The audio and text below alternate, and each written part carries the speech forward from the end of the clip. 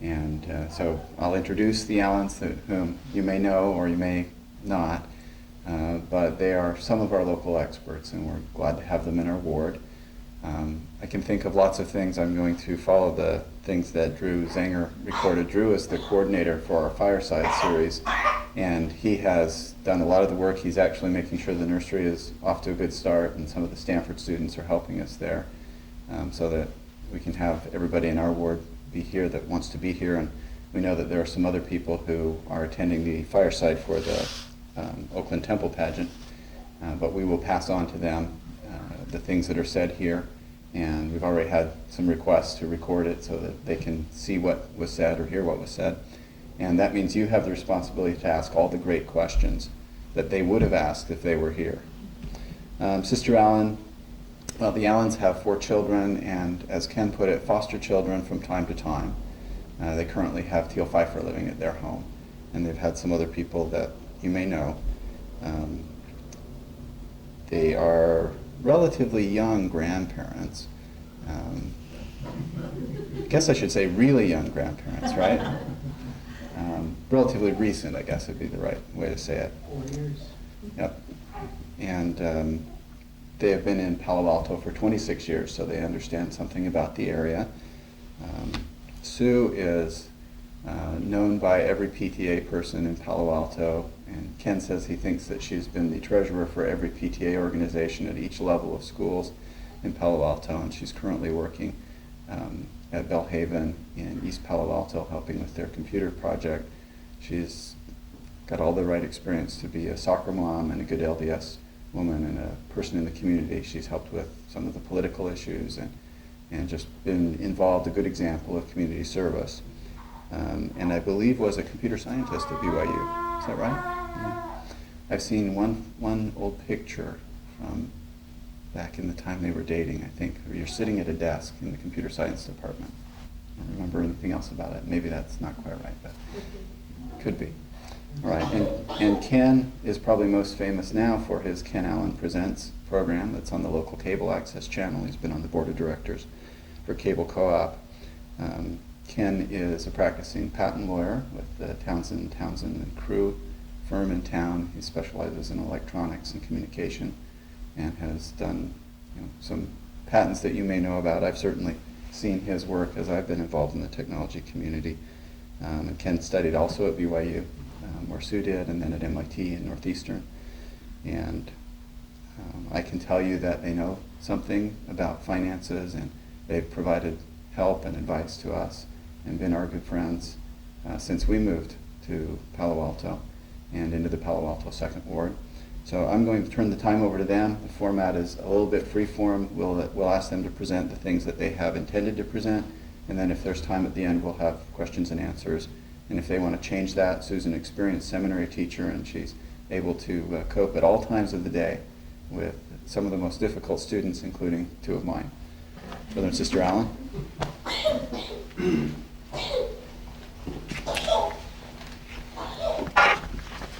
This is Sue.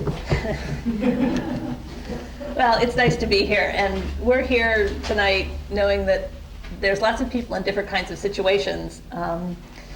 And Ken and I have been married 30 years and started out, as some of you, as students. We were married the fall of our senior year at BYU. And then thought that we would, in the spring, finish school and go off and get jobs.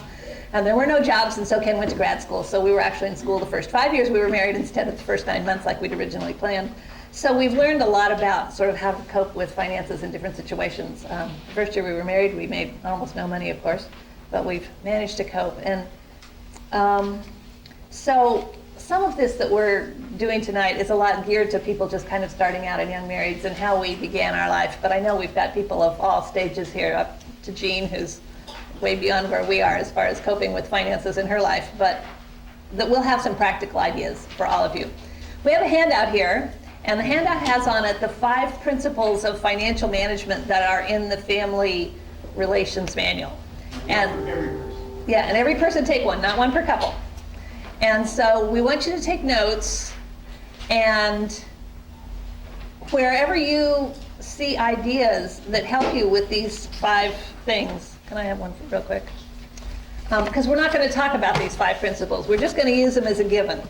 That you should pay an honest tithing, that you should live on less than you earn, that you should learn to distinguish needs and wants, that you should develop and live within a budget, and that you should be honest in all your financial affairs. So those are the givens. And we're just going to talk about some ways that we have used in our lives to do these 5. Did you get one, Jean? Yeah? Okay. So the first thing is, you can't manage your finances unless you know what you've got. And we started out in the first days of our marriage with the brown book, we called it. It was a binder, and it had all these ledger pages in it where we kept things. Luckily, the brown book is gone, and we have Quicken instead. Is brown book still around? Yeah, but it's empty. I haven't had it out in years. But I really recommend that you have some kind of financial bookkeeping something. If you like papers and pencils, do it that way. But most of us have computers, are computer literate. Get Quicken, which is the one I've always used, or Microsoft Money, which I haven't used, but I think it works basically the same way, so that you really can have a good record of what you've got. And it just keeps like a check register. Mine's set up for online banking so that I just go in and say update, and it downloads all the checks that I've written and dumps them in the register. I don't even have to write them in my hand. I just have to write who they're to. I mean, it makes it very quick and easy to do that a couple of times a week. And then you know what you've got. You know what your incomes are, you know what your expenses are, and everything gets sort of categorized into the budget. It's just saves hours and hours. Our other basic bookkeeping is 2 folders. We have one called tax receipts and one called non-tax receipts. And whenever I pay the bills for anything, everything goes into one folder or the other. At least 2, and by the end of the year, they're really big and fat. And then when I have to do the income taxes, I just pull that out, and then I sort the piles. And you know, charitable contributions and wage statements and medical bills and all that stuff, so that they're all in one place, and they're all a mess all year long, but they're together and they're easy to find. And that's the basics of our bookkeeping system. But because of that, we always know what we have. So now I'm going to let Ken talk to you a little bit about how we... What? Oh yeah, I left that out. Because I meant to do that before I talked about the bookkeeping. That we're going to talk about principles. And the way we're going to talk about it tonight is not financial planning for the world, but financial planning in a gospel context. And the only way to talk about that is Jacob chapter 2, verses 18 and 19, which I ought to know by heart, but I don't again. It's been 3 years. Seminary scripture mastery, you've all heard it lots of times. But before ye seek for riches, seek ye for the kingdom of God. And after ye have obtained a hope in Christ, ye shall obtain riches if ye seek them. And ye will seek them for the intent to do good, to clothe the naked, and to feed the hungry, and to liberate the captive, and administer relief to the sick and the afflicted. And that idea has been the basis of our marriage in so many ways, is that the gospel comes first. And the financial and monetary and all those resources of the world we have been glad to have, but they aren't what's important. That they're necessary, but if you get your self-esteem and your self-worth and all that kind of stuff from that, then you're going to be in trouble. And so that's kind of the basis of the underlying thing here of what we're talking about, is how to manage what you have so that you're in a position to take care of yourself and share it with others. Okay, yeah? Okay, I want you to all remember this math formula.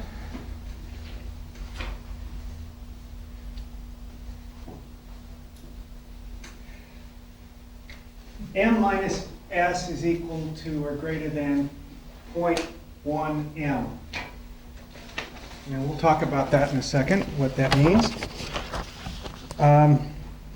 I like to think of what Ogden Nash has said about marriage.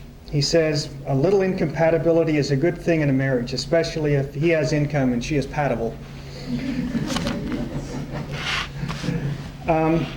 One of the things that we have done in our marriage, and this has to go with the issue of decision making, is that we live out of one pot.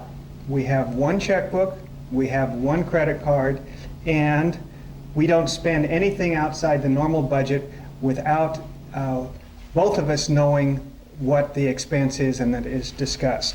And there is nothing spent outside of the normal budget under those circumstances, because you can't do it. It's actually easier to balance a checkbook if you only have one checkbook. And we actually have 3 credit cards now. One is one I use for work. Sue has one that she uses occasionally when the credit card gets stolen, which has happened several times. And then we have the main credit card, and that's what we use. But if you can't agree on what you're spending, then it's not a necessity. Think about that. M minus S is greater than or equal to 0.1 M. M stands for what you make, S is what you spend, and it should be greater than or equal to 1/10 of what you make, because when it balances out, you need to pay an honest tithe. So that goes to 0.2 that we have on the list. Now, learning to distinguish between wants and needs. It's much easier to discuss how to spend money that you have than to figure out how to buy things that you don't have the money for. Think about that one. Say again. It's much easier to discuss how much money you have than to figure out how to buy things, how to spend money that you have, than to figure out how to buy things when you don't have the money for it. Lack of money is a tremendous source of tension between a couple. And one of the things that we have observed in many people is that when they think they don't have money, it's because they don't know where they are getting money. Sue will talk about this, her first experience in keeping track of money. I think that's coming up, right? That first 2-week exercise? Yes. So we'll have more discussion about this when we get to budgeting. Right now, Sue is going to talk about the bane of the budget, shopping.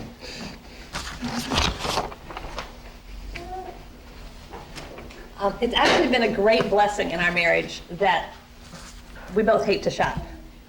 And I have tried to teach my children that shopping is not a recreational activity.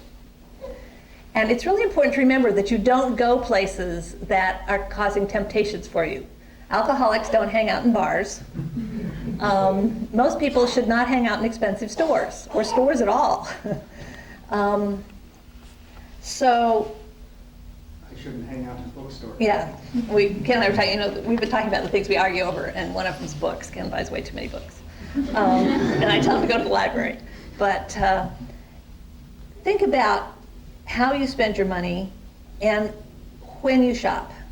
There's a really good article in the January Ensign this year about people and shopping and some of the psychological things of people who shop to satisfy, lacks in their life or that kind of thing.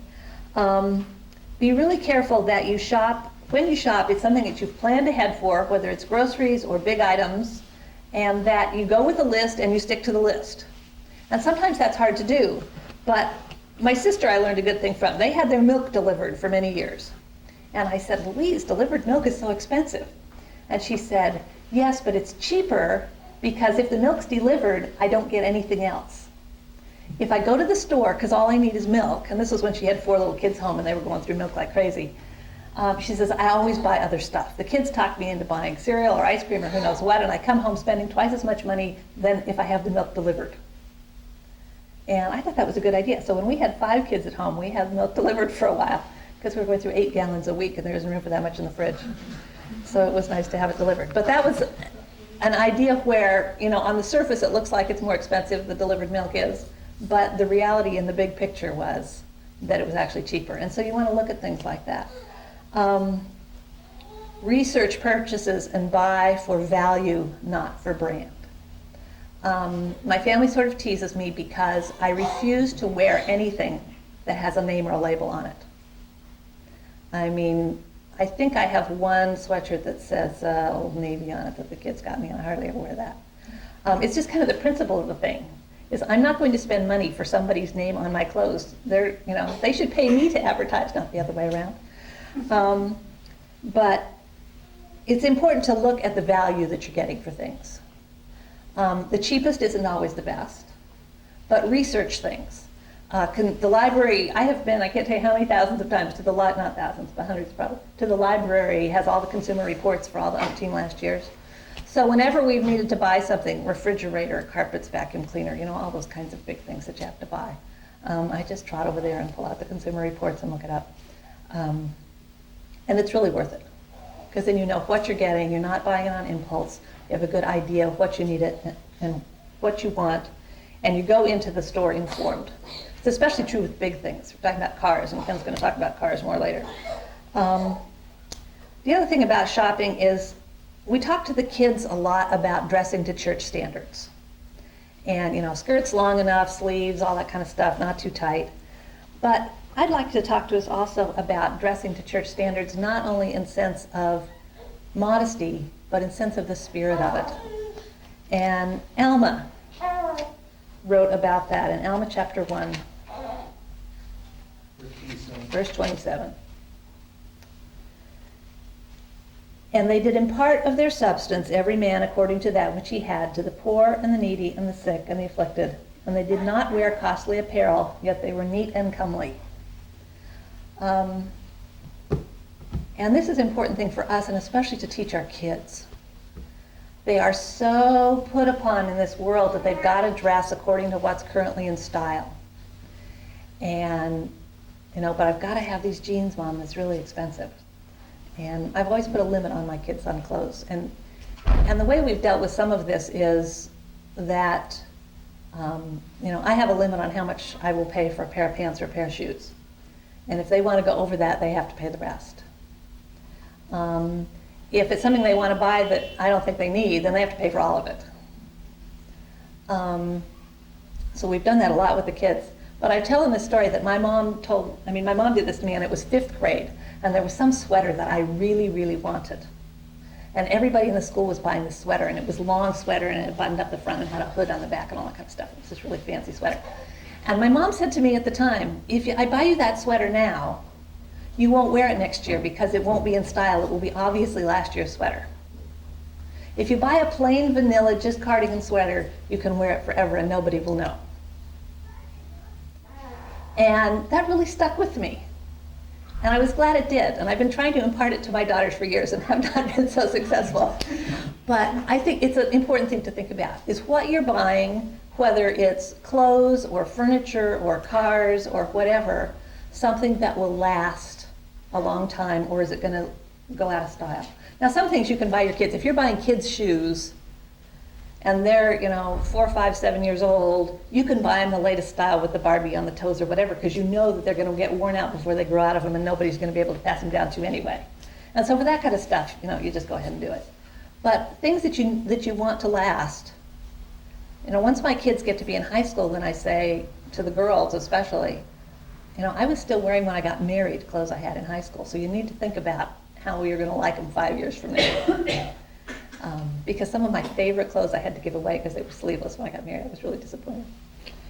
I grew up in Southern California and had lots of sort of those kinds of clothes. But anyway, so that's a really important thing to think about when you're shopping, is how long is it going to last?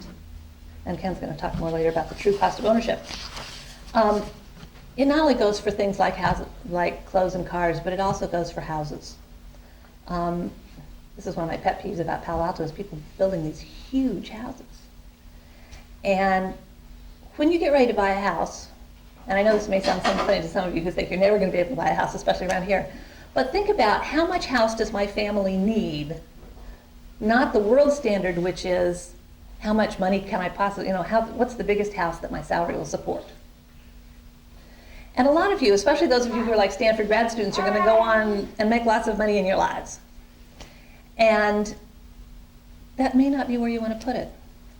One friend who, very well-to-do, and they built this whole big wing on their house that was for the kids. And they were so excited about it because their house had been sort of tight. It was an older house, and it had a lot of character and stuff, but it was kind of getting tight. So they built this whole big wing, and they put all the kids' bedrooms and bathrooms and a playroom for the kids and all that over there. And she said about 5 years later, she said, that was a mistake, because the kids never came out. It was like, once they had the kids' wing, we never saw them anymore. And I know when we had 3 kids in high school, and 2 younger ones for a while at home, and it was pretty squishy. But it was only that way for a couple of years. And so at the time I was thinking, it would have been nice to have another bedroom, another bathroom. But that really is a relatively short period of time when you've got all those teenagers home. And it's nice to have them close and where you can keep an eye on them. The guy who just was going to blow up De Anza, and his parents said they didn't know when it was in his room, and I'm just going, I charge in my kids' rooms all the time. I can't imagine that. Because we're all close. We have 4 bedrooms in our house, 1 in each corner, and there's this little tiny hall, and so you have to go walk by everybody's room going to and fro. So think about, because a house is a huge purchase, and you can put a lot of money into a house, but it's just a big empty space when the kids are gone, and you don't really need all of it. So think about that. Okay, Ken's going to talk about it. Yeah, I know. We haven't had any come back yet. We just have spares. Yeah. Culprits have had all their kids back home lately. Benjamin Franklin, a great commentator about finance. Neither a borrower nor a lender be, he said. So let's talk a little about the impact of credit. First of all, one of the most valuable things that you could have in your life is a good credit rating. We have such a good credit rating that whenever anything unusual happens with our expenditures, we get a call from the bank and they say, "Are you really spending this?" And sometimes we're not. Sometimes we are, but sometimes we're not. And it's also been a great protection for the bank, because having but one credit card, they can track our transactions, and when anything gets out of whack, they notify us immediately and we can cut it off. And we've had a couple of occasions where that's happened. So the banks also want to protect your credit rating because they want to have good customers. It also makes it easier to get money when you need it. Now, credit cards are useful for buying things as a convenience. You can get good deals on things over the internet by using a credit card, and catalogs. We buy most of our clothes over the internet these days or from a catalog. But our family's had but one credit card between us in 20 years. And do you know how much interest we've paid on our credit cards? Zero. Why it's a late limit. What, $4 once when you missed when you lost a statement. We know people who are basically living off their credit line. In fact, it's sad but true that the average household in the United States now spends 14% of their disposable income in debt service. That's an incredible amount in debt service. If you ever thought of what slavery is, you just need to look at history and understand what it means to be a bonded servant. You are indebted to your debt. You are a slave to your debt. So watch it. Now, sometimes, particularly with the changing in the tax laws, people are tempted to take equity loans out on their homes. Do so with great caution. That is a useful way to obtain credit, but probably the best place to get a loan is from your retirement account. You're forced to pay it back because you have to enter into a loan agreement with the trustee of your retirement account. But you're paying the principal and the interest into your retirement account, and it's a great way to pay more into your retirement account than you're entitled to under the present laws. So you actually are putting money away tax-free, plus putting more money away by paying yourself interest on loans that you can take out of your retirement account. And the law permits up to 50% of your retirement account, your vested portion of your retirement account, to be extended back to you in a loan. But you also have to consider what it is that you're getting a loan on. So we'll talk about that in a minute. And right now, Sue's going to talk about planning and budgeting.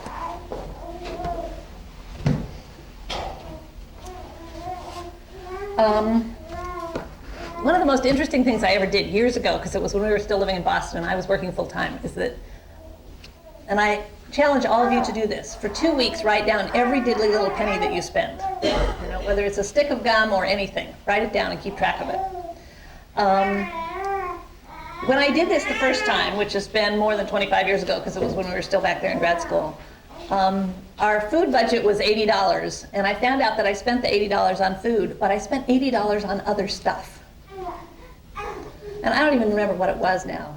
Going out to lunch, candy bars in the middle of the day, you know, it just disappeared into thin air. And Ken always talks about how he's in high school. He kept good records, and but he had one line that was always DITA, that was the disappeared into thin air account. And we all have some of that. You just, especially when you have kids. Mom, I need $5 for this or that. But do that. It's a really good exercise. And then when you've done that for 2 weeks, written down every single penny, then you could sit down and make a real budget. And you know where your money's really going, because the idea is not to try and take, you know, these 2 square pegs that are you and put them into 2 round holes that are your budget. You really need to make a budget that's going to be real, that you can live with and work with, and that will work. And yet have a budget so that you know what's coming in and what's going out. Another good thing, I told you about the brown binder. One of the things that was in this brown binder was our impound account. And we kept our own impound account always, especially when you don't have a lot of income and then you have these big things that come due every now and then. The car insurance that comes every 6 months. Now the insurance company will bill you for it monthly, but they'll charge you extra to do that.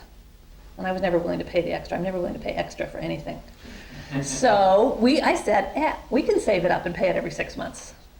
So 1/6 of our car insurance would go into the impound account every month.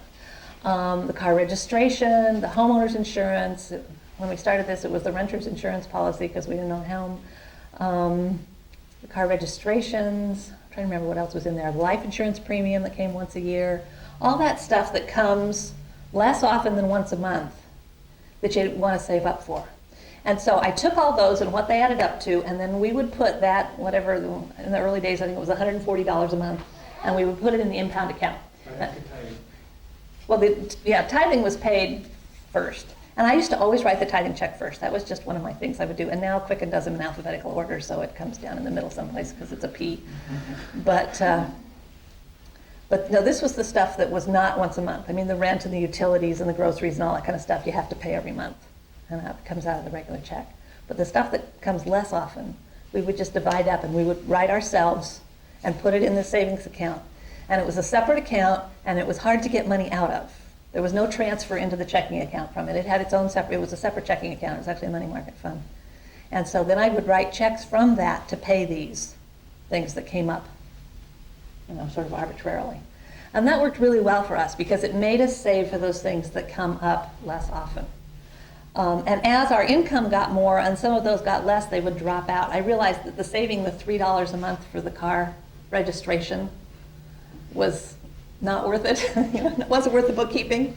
The car registration, I mean, we had an old car and the registration was like $25 a year or something. I said, I can afford to pay this out of my regular monthly budget, even though it only comes once a year. I won't miss the $25. So as things got that way, they would sort of drop out. But we still do that. We still have the impound account, and we still have this money market fund, and I throw money into it every month, and then when the big things come due, like the homeowner's insurance and the property taxes, and yeah, now we have to, Ken's self-employed, so we have to pay estimated taxes too. So they don't take taxes out of his check, so we throw a chunk in there every month. Where do you put your vacation on trips that you take? Yeah, that's part of that too. Do you? Yeah. Yep. So anything that you need to budget for over a period of time goes in there. Christmas is another one. Magic of compound interest too. Yeah. And that way it earns interest, because the other way to do it is not to save up for it and then use your overdraft line of credit on your checking account or your credit cards and pay it off afterwards. And then you're still paying for it, but you're also paying the bank interest. So if you can get yourself out of that paying the bank interest and into saving for things ahead of time, it makes a big difference. this whole thing about interest is really interesting. And there was an article in the Ensign in July '96 that I have never forgotten. And so I went hunting on the, it's so nice now, all the ensigns are capitalized. Okay, we have two couples who get married and we're going to live happily ever after, and they decide, they're both 22 years old, so they just got out of school, theoretically, and they decide that they can afford $100 a month. Oh, you want me to? That they can afford $100 a month to put into savings. And this is like long-term retirement kind of savings. This is not the impound account daily stuff. But that's something that you need to make part of your budget. Because, you know, we keep thinking Social Security is going to go away, and maybe it will and maybe it won't. But it doesn't give you as much as you're going to want when you retire. So you could put things in a retirement account at work, but it's also nice to have some, you know, whether you're saving up for a house or kids' educations or whatever, but plan on saving something. So anyway, but these two couples decide, okay, we can do $100 a month, that's $1,200 a year.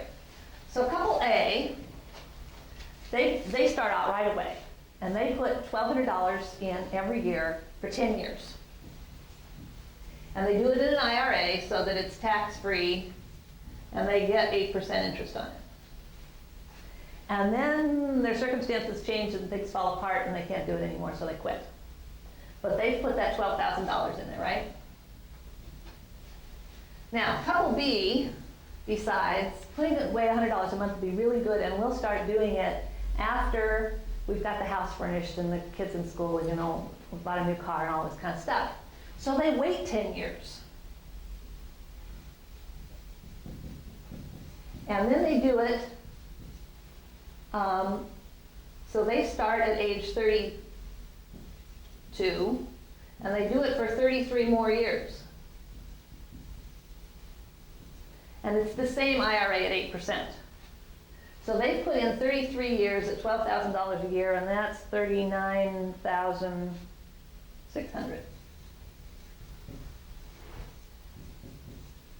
Okay, at age 65,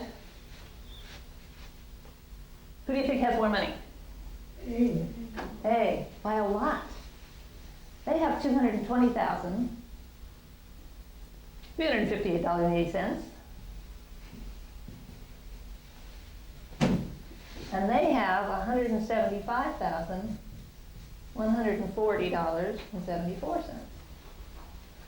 That is just amazing to me. I mean, this is 10 years worth of contributions, and this is 33 years worth. And so that's, Einstein said his greatest discovery was compound interest. It really is an amazing thing. So I really encourage you to postpone and save up. Your home and your car, and as I said earlier, clothes, shopping, all that kind of stuff. Neat and clean is more important than the latest style. Furniture can wait. When we put the second story on our house, Ken had just been made partner at Townsend, which meant he had to buy into the partnership, which meant, and also first-year partners make less than last-year associates. It's sort of a nutty system, but that's the way it works. So income went down, having to spend money to buy into the partnership, another kid and a second story in the house, things were really tight. And so this was in 1982, 83. Well, I knew that buying in the partnership would be over in October of 85. And I kept saying, in October of 85, we get to buy furniture for our new house. In October of 85, we get to buy furniture for our new house. And that's the way it was. I mean, we knew that the house was nice and we were glad to have it, but we were not going to spend furniture on rugs and carpet, money on rugs and carpet and all that kind of stuff to go in it until we could do it without borrowing it. That was important to us. And so it's just this idea of delayed gratification. You can wait. And that was 15 years ago. So we've had 15 years of enjoying all this nice furniture we have. Also, the piano was the same way. When we designed the house, when we did the addition, I always knew I wanted a grand piano, but couldn't afford one. We had this great piano we bought from the DeSchweinitz, which DeSchweinitz had bought from Terman Middle School. It was really ugly, but it worked great. Oh, yeah. It was really ugly. Yeah. Picture the middle school beaten up piano on these great big wheels. We actually pushed it from DeSchweinitz's house to our house when we got it from him, because Miriam got a new piano. So we had that piano for, well, we got it when Rachel was 5, so that would have been 80. So we had it about 10 years. But all that time I was sort of saving up because I really did want a nice piano. And Ken's mom, when she moved away, offered us her piano, and I said, no, because if I take your piano, it's too good and I'll never get the one I want. But we did, we waited a long time, and it was worth, because I mean, something like a piano, and and I did all the hunting around in Consumer Reports and looked umpteen places to find really the best deal on what I wanted and where I wanted to get it. And so, that it can wait. You have a long life ahead of you, so it isn't anything you need to hurry about. Okay, but Ken's going to talk about true costs of things.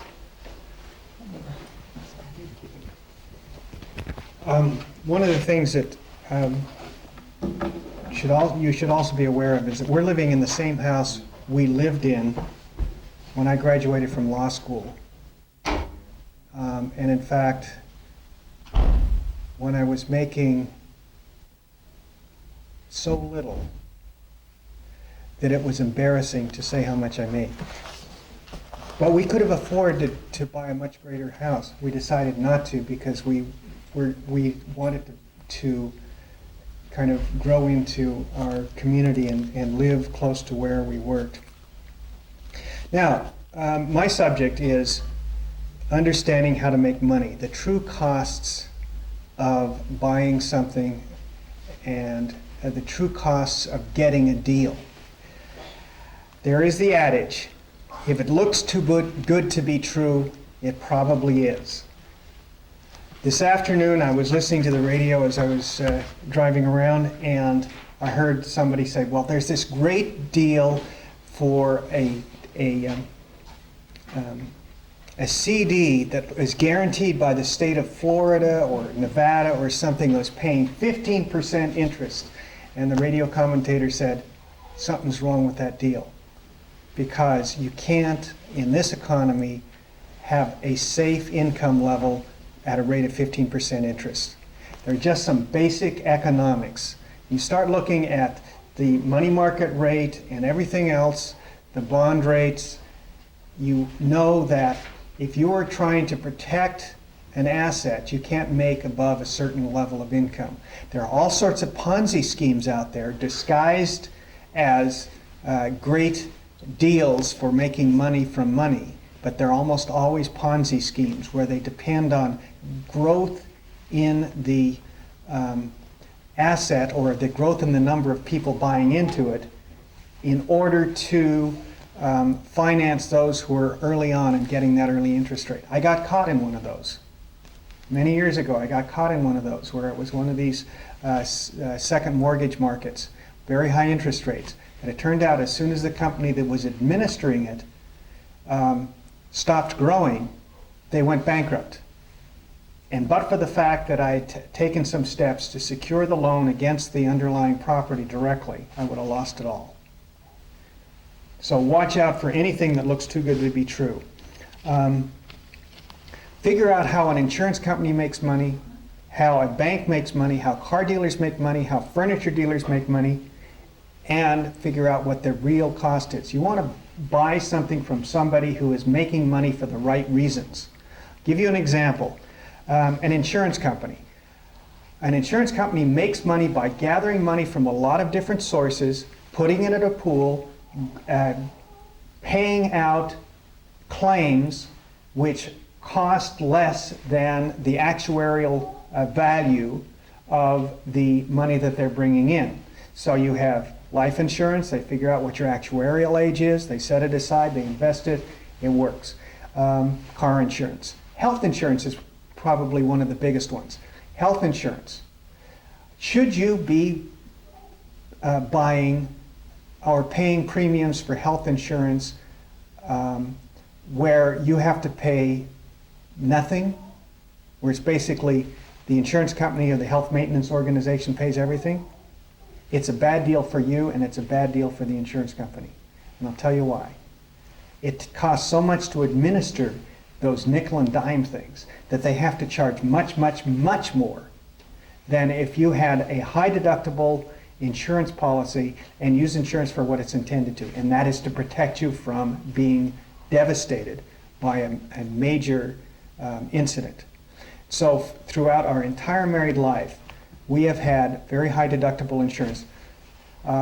We had an incident when our daughter was a year old. I was buying health insurance through my office, and we took our daughter into the hospital, and then we filed a claim, and it turns out that it wasn't a covered claim. And then we started looking at, we had paid $3,600 before we got $1 back, and then they denied the claim. We said, forget that. We're not going to pay that $3,600 to the insurance company. We'll set that aside.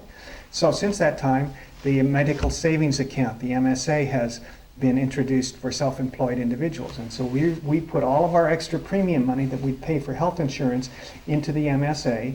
We pay a very high deductible health insurance policy, and we have the protection that's needed if there's a catastrophic illness or injury. That's what insurance is for. Sue worked in the insurance industry, so she knew the back office and how it worked, and how insurance salesmen buy insurance. Whole life insurance, it's another bad deal.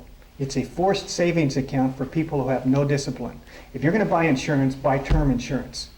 You can buy umbrella coverage for your home, or you can buy term insurance on your life if you really need it. But after a while, insurance, you don't need it. What are you insuring against? You've got your life savings. Your kids are out and on their own. When you need life insurance, you buy it cheap.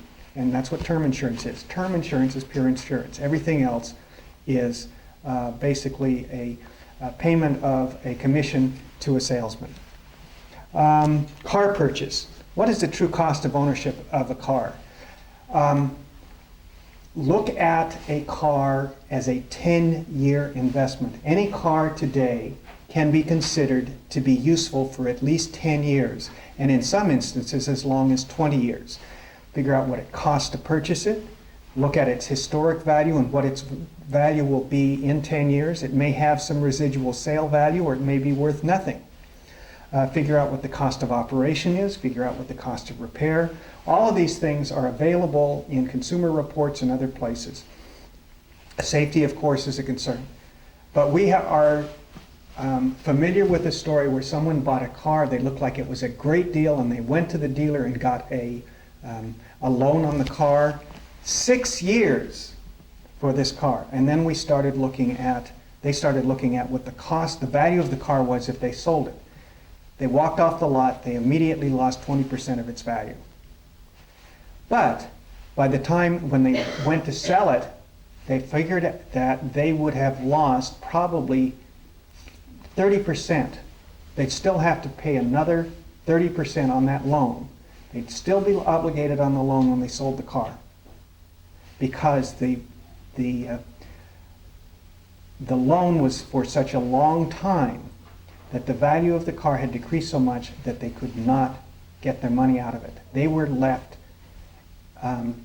as a slave to that debt when they had nothing to back it up. Now, it makes sense to get a car loan for a fairly short period of time. I don't think we've ever paid for a car for more than 2 years. We'd get a 3-year loan and we'd pay it off just as quickly as possible, because most of the cost of a car when you buy a loan is the interest that you pay on that loan. Probably you buy a $20,000 car, over the life of the loan, 6 years, you're probably going to pay close to $60,000 or $70,000. It's not worth it. Yes? On the other hand, after my Honda got smashed last fall, we went car shopping. We had spent so much on car repairs on our old cars that we found we could buy a new Toyota Echo every 3 years and come out even. You have to look at that very closely. If the cost of repairs is such, now accident repairs is one thing, but cost of maintenance. In one instance, we're familiar with a man who sold his car after 60,000 miles and got a new car because it was out of warranty. Well, the warranty cost compared to non-warranty cost, would he be paying $600 a month for repairs? That's what he's paying for the warranty. That's an incredible amount of wasted money. Now, we have cars in our family that are over 45 years old, so we know they can be made to last. You have to change the oil and stuff like that? Yeah. We have it on there. We change the oil every once in a while. Mostly we have to replace the battery and the radiator. And occasionally the tires because they rot. But that's more of an heirloom than something that you drive every day. Well, let's move on here. You also need to talk about what are luxuries. And this is kind of our theme. It's an old pioneer stitchery. Use it up, wear it out, make it do, or do without. What's the definition of a swimming pool? It's a large hole in your backyard in which you pour money. That's one reason we don't have a swimming pool, besides the fact that we have a very high water table. True cost of commuting, both in money and time. We made a very conscious decision to try to live close to where we live, work close to where we live, and it's made all the difference in the world. My father had what was considered a very long commute when I grew up north of San Francisco. Now it's considered a short commute, although it takes twice as much time to travel that same distance. Sue's father lived and worked in the same community. I am a part of the community because I live here and I work here. The reason I can do the TV show is because I can take off in the afternoon and go do something and still get back and do all of the work I have. If you're spending 3 or 4 hours a day commuting, it is a tremendous drain on you physically and on your families.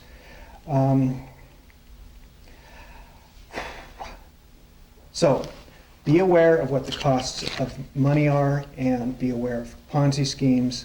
And as I said, if it looks too good to be true, it probably is. No, you can't take my paper. Yeah, we're about done, but one more thing we wanted to mention that the bishop asked us to put on the list, and that's the pros and cons of intra-family financial dealings. It's a real one of the blessings of financial management is that you can help other people. My mom sold her house and moved from Southern California to Salt Lake about just before Ken and I moved here. And she didn't know what she was going to do or how long she was going to stay there, so she put the money from her house in the bank. And about 6 months later, Ken and I called her and said, we'd really like to buy a house. Could you help us with the down payment? And she said, well, yeah, I've got this money sitting in the bank, and so you can borrow it. So we did. We borrowed it, and we used it and paid it back over a few years. And then my second sister used it and paid it back. And then my third sister used it and paid it back. And then 10 years later, my mom was ready to build another house, actually, and she did. And so we were really blessed because we had that little pot of family money. So it's wonderful to be able to do that and to help kids, or if you're a kid at this point, to be able to get help from your parents if they have been able to do that, or grandparents, whatever. But the relationship is the important thing. So the thing to remember is only loan the money if you're willing to have it be a gift. And only borrow the money if you're willing to set up a contract and pay it back scrupulously. And if you do it with that attitude, then you're okay. We have been able to help our kids, and we've been glad for that. When Rachel got married at a young age, and she and her husband were both in school, and we said, education's important, we want to be able to help you finish school. And so we did, and last December, Brandon finished school. But before that even, they ended up buying a house because we looked at how much rent they were paying, and we said, you know, if we chipped in the down payment, you could probably buy a house for lower house payments than the rent you're paying, and they could. So we did that, and we bought a house with them on an equity share arrangement where we own a quarter of their house, and we did the down payment, and they paid, and they got a mortgage for something that they could afford the payments on, and that's worked out really well, and we've been glad to be able to do that with Rachel and Brandon. And but we could do that because we've been sort of scrimping and saving and using up and being frugal all these last 30 years. But remember, if you're doing this, that whomever has a stake in that also has some say. So if you want to borrow money from your parents, then you have to realize that they have some say in how it gets spent. If you're loaning it, you have some say in how it gets spent. And if you can do that and the relationship's good enough, then do it. But also be very careful. Be willing to help your children or other family members, but also don't use your retirement and savings to bail them out of bad decisions. And that's a biggie. I mean, where Rachel and Brandon were living in an apartment and paying this much rent and, you know, hey, this is a good deal, let's buy a house and it'll cost less. That's a good reason to do it. If they had gone out and run up, you know, $20,000 in credit card debt and said, oh, Mom, bail us out, I would say, tough. Sorry, you did that when you're on your own. So it's important to start at an early age teaching your kids about financial responsibility. Allowance, jobs, like I said earlier, our kids have to pay 50% often of big things that they want. They want a fancy bicycle, I say, fine, I'll chip in half. We have had a family kids car, mostly selfishly. I really like not having to cart my kids all over town for things, but they've been old cars. Let's see, the first two were 1968 models. We just sold the last 68 Oldsmobile and bought Julie a brand new 1976 Volvo. So, but, you know, it's something which is, we call it a BTV. It's a basic transportation vehicle, and we've had a lot of those at our house. But the kids then have to have some responsibility for taking care of it too. So just in conclusion, I think the last thing we'd like to say is, as I started, that you are a child of God first, not a homeowner or a fashion model. And that's where your self-esteem and your worth as a person should come. And so look for ways that you can take care of your family, support your family, feed your family, clothe your family, but don't get caught up in the pressures of the world that you have to have, you know, what's big and fancy. But as Alma said, that it's neat and comely and what you need for your family, and then you will have the resources and to help and bless other people in your lives. Thank you. All right, any questions? Financial, go ahead. Talking a little bit about IRAs and money market funds and all that, what's a good resource for researching those and finding a good one to invest in? IRAs are generally funded through banks. There are mutual funds that will set up IRAs. You look just basically for the soundness of the institution supporting it. I would go with more conservative institutions. There are also a number of books. For example, this is one by Clark Howard and Mark Meltzer. Clark Howard has a consumer radio show, and he has basically given a handbook on how to avoid all of the problems that you have, and talks about buying a used car and setting up an IRA and avoiding all sorts of scams. Ask somebody who has one who they use. Once in a while you'll find somebody who's invested in one that's gone sour. You want to know about those too. You see a lot of the mergers that you see in financial institutions is because one of them has run out of money and they realize they still have obligations. You're going to see some more mergers in some financial institutions coming up. And I'm sure Mark can tell you about them. I have one client, not directly related to this, but I have one client who's a lawyer, and he works with a lot of these companies. And the first question he asks his own clients is, are you in the business of selling products or selling stock? So if you're selling products, you can add value, but if you're selling stock, watch it, because the bubble's going to burst. Does that help? Any other questions? Yes, Ludwig. It's funny, since nobody interpret this case. I'm just wondering, what are the laws right now concerning the equity in your home when you sell it? The question is what? Equity in your home when you sell your home. What is the percentage of tax that you have to pay? I don't know what the current rule is. What's the amount of tax on the equity in your home? I think there's a $500,000 deductible per couple right now. So if you sell your home today, the first $500,000 of the difference between what you paid for it and what you get out of it is not taxable. You have to be 55 to take advantage of that. We've bought and sold 3 houses. You have to be 55. I don't think so anymore. Not anymore. No, they changed it. Yeah, they changed that. And it isn't the difference between what you bought it for and what you sell it for. The basis doesn't matter anymore. It's just the sale price. They did away with that whole calculating the basis thing. Hallelujah. Yeah, so it's much easier. So it's $250,000 per person. Okay. So it's if a you have couple, it's 2 $500,000. wives, Edit that off the tape. No. So if you sell your house for $800,000, then you have to pay tax on $300,000 of that. long-term capital gain, probably. So I think there's a cap on that at 25%. There is still the 2-year requirement though, right? Yeah, you have to live live in. Has to be lived in primary residence. prime residence. Last 2 or I Okay. think it's 2 of the last 5. To the last 5. Something like So Okay. that means. So the basis doesn't count. We bought our house for 80,000. So we'd have to pay taxes on the whole, and every difference. that. Yeah. Oh, I know, That's Elizabeth's subtract lived out. out here for 25 years. They're- Gosh. Okay, this thing. So this is another reason to buy only one house and stay there till you die, because then your spouse gets a stepped up basis. But can't you, did they do away with the being able to roll it into the next house? If you buy another house of equal or larger value? Yeah, they did away with that. They did away with that? Yeah, Are you sure? Okay, yeah. I didn't know that. Check with your tax attorney. Yeah. Here's a lawyer who'd like to say something on that. I just want to ask a question. So, Yes, Counselor? if you want to buy a book and Sue thinks it's not a good idea, what do you do? Go to the library. Just do what she tells you. You go That's to the right, and library. she's right all the time. But you each have a small discretionary fund in your budget, right? Yeah, we So do. you can, We basically each have an allowance. right. I earn it, she spends it. No, it's really true. Oh, Yes.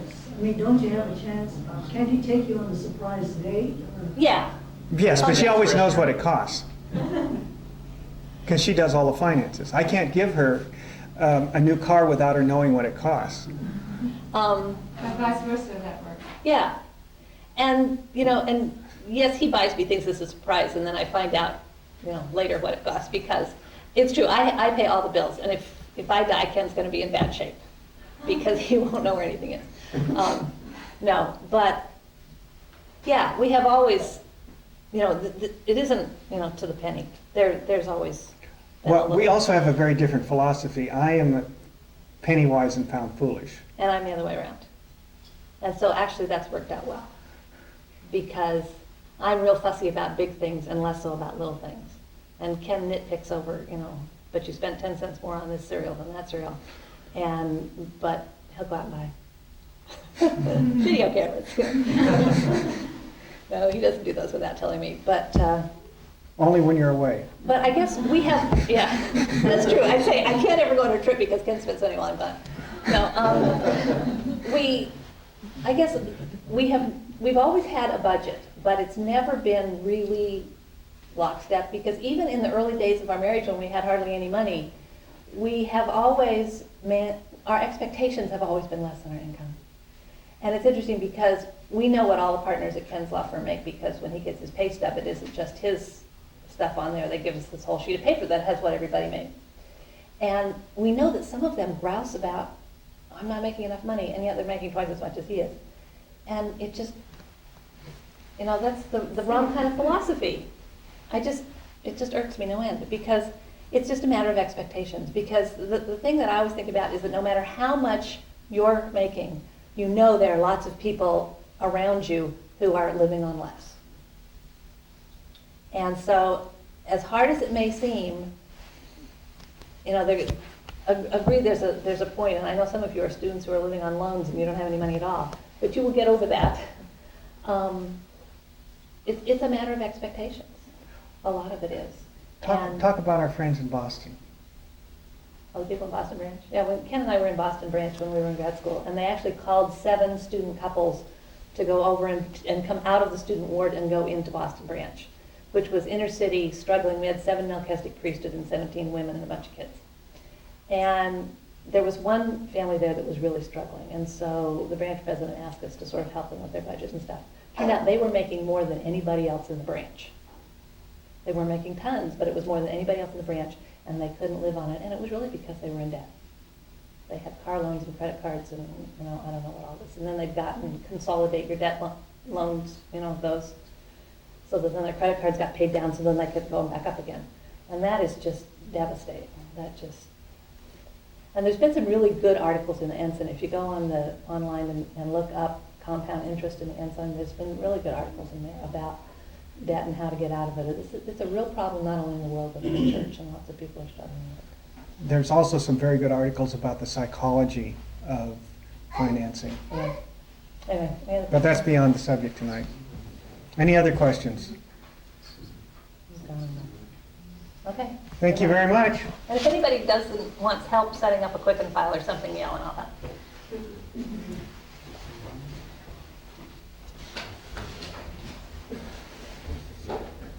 very much. We hope that you have found some useful ideas and suggestions and that you'll pass them on to some of the people who couldn't be here. And you'll think about these things. Make it a matter of prayer. Go to the Lord and talk to him about your finances. If you think about Alma and he talks about cry unto him over your flocks and your fields. The Lord does care about these things and they do affect us. And I think you've been given sound counsel and advice. So we'll say thank you. We'll sing hymn number 241, Count Your Many Blessings. And then Sister Jean Gong will offer our closing prayer and we'll have some refreshments that are waiting just outside the door.